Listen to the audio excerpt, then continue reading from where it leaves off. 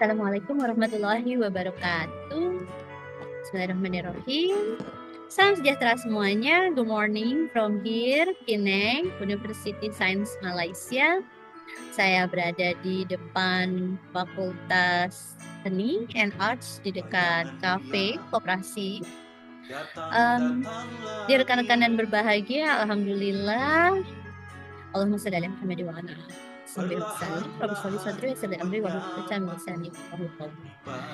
Kita berada pada sesi ke-6 materi di minggu ke-6. Ya, setelah tugas 1, tugas 2 selesai.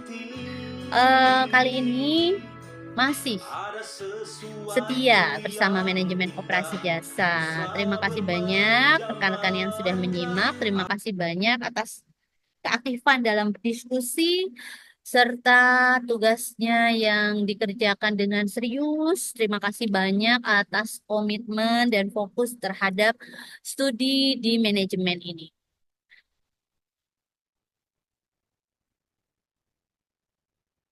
Baik, pada minggu sebelumnya kita telah memahami mengenai tata letak. Dan kali ini di bahan ajar pada e-learning rekan-rekan bisa buka, termasuk PPT dan gali lebih dalam artikel yang terkait dengan topik ini bahwa penentuan tata letak fasilitas dalam mata kuliah manajemen operasi jasa ini tentu saja berguna, amat penting untuk lebih merencanakan effectiveness yang secara langsung akan mempengaruhi kelancaran dan tentu saja meningkatkan efisiensi proses produksi. Kalau efisiensi proses produksi berjalan lancar, maka tentu saja kepuasan pelanggan juga terjaga. Jadi di dalam PPT, silakan disimak beberapa aspek penting dalam perancangan tata letak. Tata letak fasilitas merupakan keputusan strategis dan berperan dalam efisiensi jangka panjang operasi perusahaan. Jangka panjang loh ya. Baca artikel Heiser and Render 2000H. Desain tata letak mesti mempertimbangkan penggunaan ruang dan peralatannya, kemudian aliran informasi, serta aspek keselamatan. Jadi tentu saja tata letak juga diperiksa, diverifikasi oleh para ahli, apakah sesuai dengan rules mengenai keselamatan dan kenyamanan karyawan.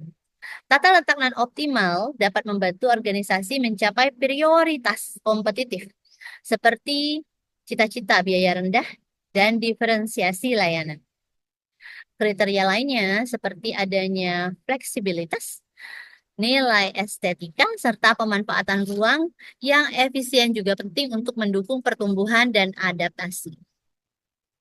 Ya, kemudian lagi di PPT rekan-rekan bisa melihat bahwa tata letak yang baik dalam manajemen operasi jasa bertujuan untuk meminimalkan waktu tunggu, memaksimalkan efisiensi kerja, dan meningkatkan pengalaman pelanggan.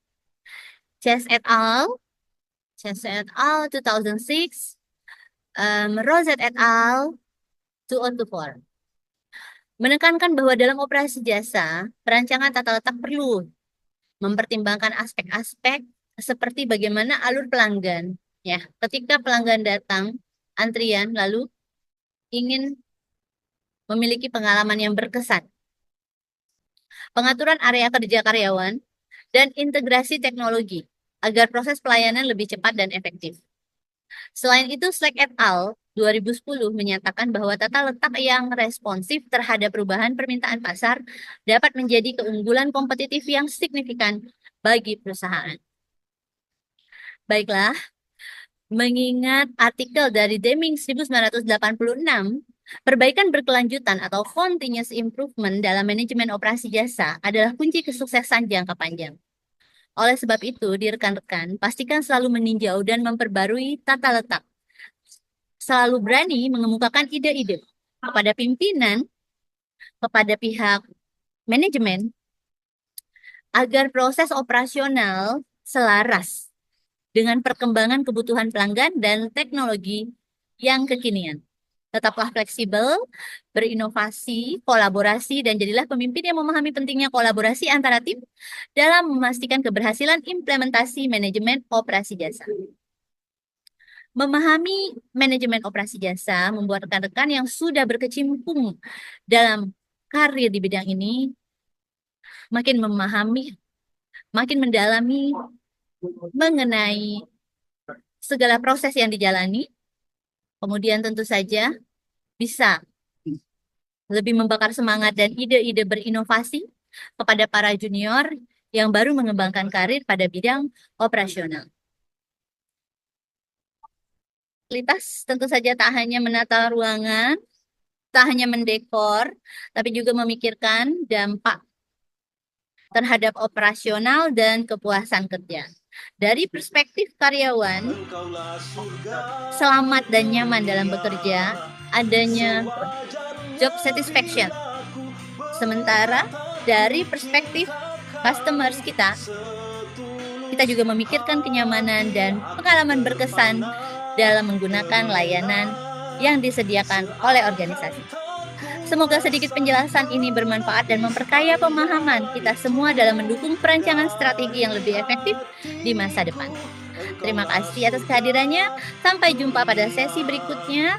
Dari saya, teruslah semangat belajar. Everyone is awesome. Kita semua unik dan teruskan fokus komitmen dalam belajar. Happy learning, happy working, and happy researching. Wassalamualaikum warahmatullahi wabarakatuh. Saya Sri Yusriani Sarah Samsuri dari University Science Malaysia. Salam sejahtera.